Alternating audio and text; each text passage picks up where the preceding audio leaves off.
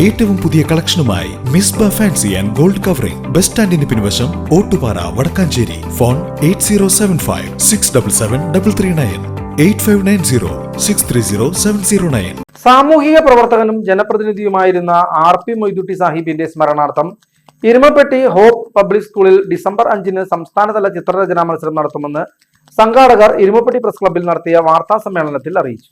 RP Moidutty ഫൗണ്ടേഷനും hope public സ്കൂളും സംയുക്തമായി rainbow എന്ന ശീർഷകത്തിൽ നടത്തുന്ന ചിത്രരചനാ മത്സരത്തിൽ ഗവൺമെന്റ് എയ്ഡഡ്, അൺഎയ്ഡഡ്, CBSE സ്കൂളിലെയും അംഗനവാടികളിലെയും വിദ്യാർത്ഥികൾ പങ്കെടുക്കും. അംഗനവാടി മുതൽ 4ാം ക്ലാസ് വരെയുള്ള കുട്ടികളെയാണ് പങ്കെടുപ്പിക്കുന്നത്.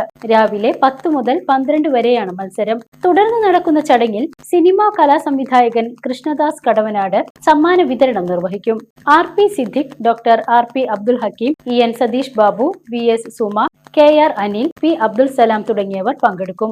തുടർ വർഷങ്ങളിലും കൂടുതൽ കുട്ടികൾക്ക് അവസരമൊരുക്കി മത്സരം നടത്തുമെന്ന് സംഘാടക സമിതി ഭാരവാഹികളായ VS Suma, EN Satheesh Babu, PR Rahul Raj, P Abdul സലാം എന്നിവർ വാർത്താ സമ്മേളനത്തിൽ അറിയിച്ചു.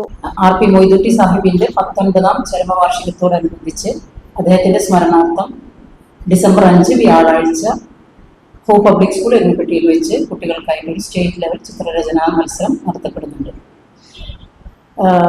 മത്സരം 4 വിഭാഗങ്ങളിലായിട്ടാണ് നടത്തപ്പെടുന്നത്. അംഗനവാടി PKG കുട്ടികളെ ഉൾക്കൊള്ളിച്ചുള്ള കാറ്റഗറി 1, LKG UKG കാറ്റഗറി 2, 1ാം ക്ലാസ്സും 2ാം ക്ലാസ്സിലെ കുട്ടികൾക്ക് കാറ്റഗറി 3, ആൻഡ് 3, 4 ക്ലാസ്സിലെ കുട്ടികൾ ഉൾപ്പെടുന്ന കാറ്റഗറി 4, ഇങ്ങനെ 4 വിഭാഗങ്ങളിലായിട്ടാണ് മത്സരം നടത്തപ്പെടുന്നത്. ഓരോ വിഭാഗങ്ങളിലെയും ആദ്യം 3 സ്ഥാനക്കാർക്ക് ക്യാഷ് അവാർഡ്, ട്രോഫി, സർട്ടിഫിക്കറ്റ് എന്നിവ നൽകുന്നുണ്ട്. കൂടാതെ പങ്കെടുക്കുന്ന എല്ലാ കുട്ടികൾക്കും പാർട്ടിസിപ്പേഷൻ സർട്ടിഫിക്കറ്റും പ്രോത്സാഹന സമ്മാനവും നൽകുന്നു. Registration fee ഉണ്ടാകുന്നതല്ല.